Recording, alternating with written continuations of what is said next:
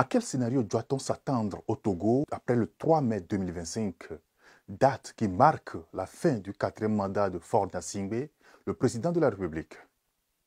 Selon l'opposition, qui conteste le régime parlementaire et appelle à l'organisation d'une élection présidentielle selon la Constitution de 92, on rentre dans une période de grande incertitude.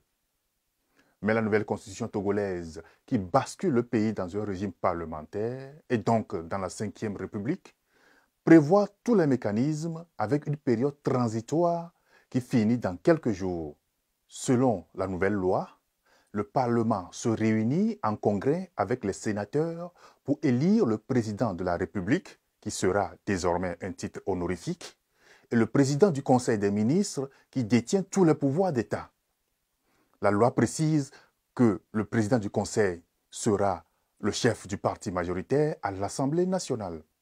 À l'issue des élections législatives organisées l'année dernière, c'est le parti au pouvoir, Union pour la République, dirigé par Faure Gnassingbé, qui a récolté la majorité des sièges, 108 députés sur 113.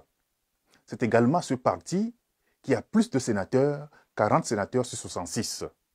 Il apparaît clairement, sauf revirement inattendu, que c'est Faure Gnassingbé, qui a déjà fait 20 ans à la tête du Togo, qui sera le prochain président du Conseil et donc continuera à diriger le pays tant qu'il dispose de la majorité à l'Assemblée nationale.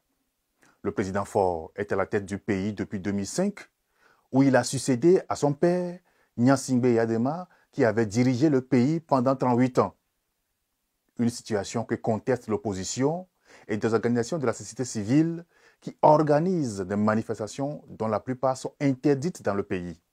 La Ve République est un acte de viol qu'on fait subir au peuple togolais. En remplaçant la Constitution dans la nuit, sans même consulter les Togolais, eh bien, on a violé la conscience de chaque citoyen. Et ça, les Togolais ne l'acceptent pas. C'est pourquoi depuis 1 an, nous combattons vigoureusement cette Constitution. Toutefois, du côté du régime togolais, il est organisé des séances de sensibilisation ces derniers jours pour expliquer la nouvelle constitution aux populations.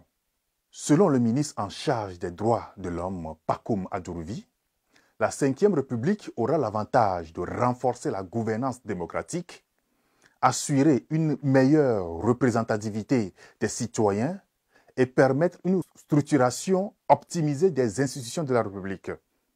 Des arguments qui ne convainquent pas l'opposition et la société civile qui continue la contestation de ce qu'elles appellent le désordre politique.